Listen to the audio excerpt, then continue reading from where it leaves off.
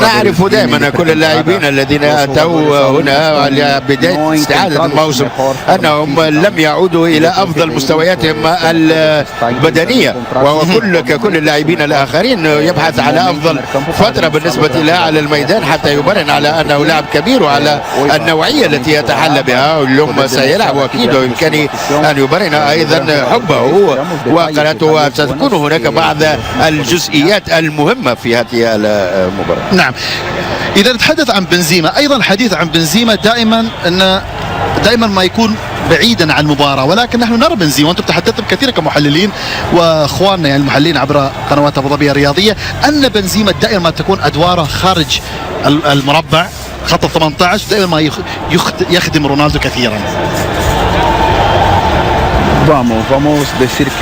نقول بأن بنزيما هو لاعب أكثر من مهاجم، هو يسجل العديد من الأهداف، هو لاعب أيضا يساعد في لعب الريال مدريد ويتحرك بين خطوط المنافس، أنه ينتظر اللاعبين ويترك زملائه يتوغلون.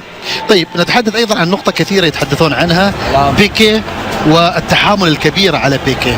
أنت كمهاجم ودائما ما يضايقونك يعني المدافعين بكل الطرق، جسمانيا باللسان، هل بيكي اخطا في تغطيته او رقابته ل سواء اسينسيو او كريستيانو رونالدو، ام لم تكن هناك تغطيه سليمه؟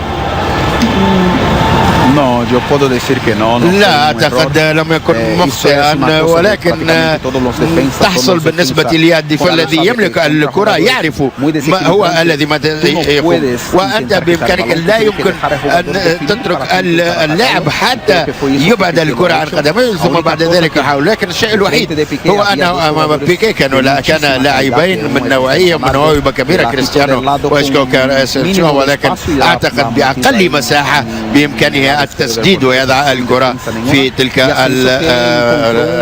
في ذلك المكان، وذلك شاهدنا كيف سدد هدفا جميلا جدا، وهذا يمكن أن نقول بأنه كان أيضا نجاح لمهاجم وليس خطأ بيكي.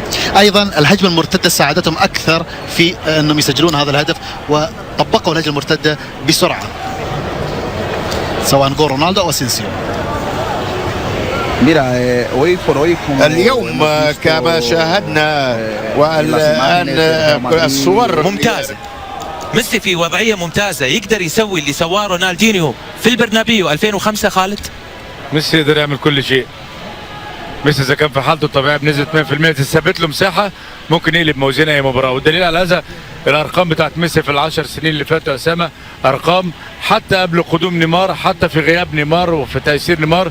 أعتقد إن ميسي لاعب عنده كل الإمكانيات إنه يعمل كل فنون كرة القدم في أقل من جزء من الثانية، وبالتالي ممكن لو في حالته الطبيعية نشوف الأمر مختلف النهارده مع ليونيل ميسي. طيب أنا بس عندي موضوع عاجل من الأوندا سيرو، تقول إن زيدان سيبدأ بفاسكيز وأسينسيو على حساب بيل وكازيميرو، بس هذه لأن وردتنا قبل قليل من آخر الأخبار حول التشكيلة، ونحن راح نتكلم عن التشكيل، لكن أرجع لك والحديث عن ميسي. زبير، أهم شيء في الموضوع إنه لما كانت الجودة حول ميسي بنيستا وكسافي والبقية، كان ميسي خطورته عالية جدا جدا. لما ماشي ويتقلص المحيط بتاع الجودة حول ميسي صرنا نشوفه 50% نفس ما مباراة الذهاب، ما شفناه 100%، لأنه الجودة في السنة اللي فاتت كانت الهجمة والحمل يشيل معاه نيمار حمل كبير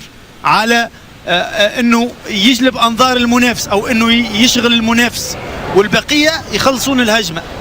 لما خف شوية حول ميسي ومحيط ميسي الجودة نقصت، ميسي تأثر وما عادش بهذيك النجاعة، ويبقى دائما هو اللي سجل في الأرقام في الكامب نو، ولكن ضربة جزاء، المحاولات اللي يسرع فيهم اللاعب في العادة، اللي يبحث على الوان تو ويبحث على اللاعب حول المنطقة، الجودة ما عادش تخدمه، ما عادش يعطي الكرة ويستلمها، ما عادش يحصل الوان تو اون تايم، ما عادش تجي الكرة في الوقت اللي ينتظره.